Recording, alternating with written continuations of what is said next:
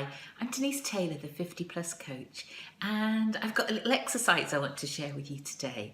Now, I had coffee with some colleagues earlier today, and one of the things we were talking about was you could be 95 and looking back at being 75 and thinking about how young it was back then. In fact, that was something that Kate had mentioned. And here we are, whatever age we happen to be, and think 20 years into the future. And it seems such a long time away. But let's just imagine we are sat here 20 years from today and thinking about the life we're having. And I think it's useful to think about, well, where are we living? What are we doing? Who are we with? How healthy are we? And I think it's worth spending some time just closing your eyes and imagining what life would be like in 20 years' time.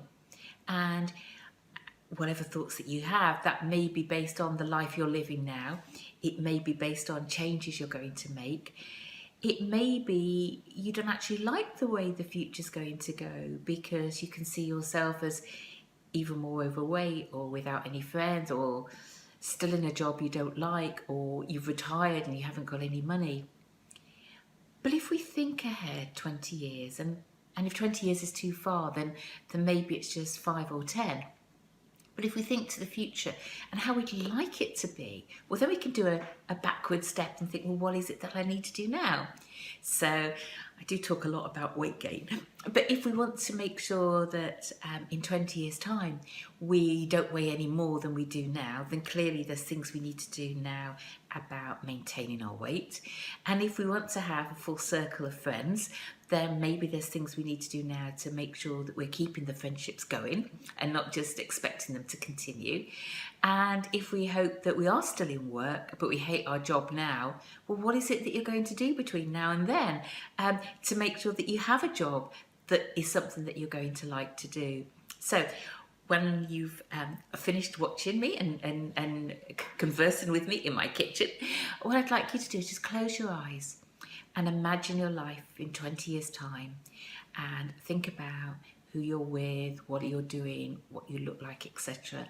And then think about, is that a life that you look forward to? And if it's not, what are the changes that you can make today to help you get the future life that's going to be the one that's right for you? So I hope this doesn't come across as a bit too heavy as a thing to do, and it may be that now isn't the right time to work on this. It's something that you want to leave and put aside and do some other time. But I do think it's a useful thing to do, because if we don't plan for how our future's going to be, it's just going to evolve, and it may evolve in a great way or it may not.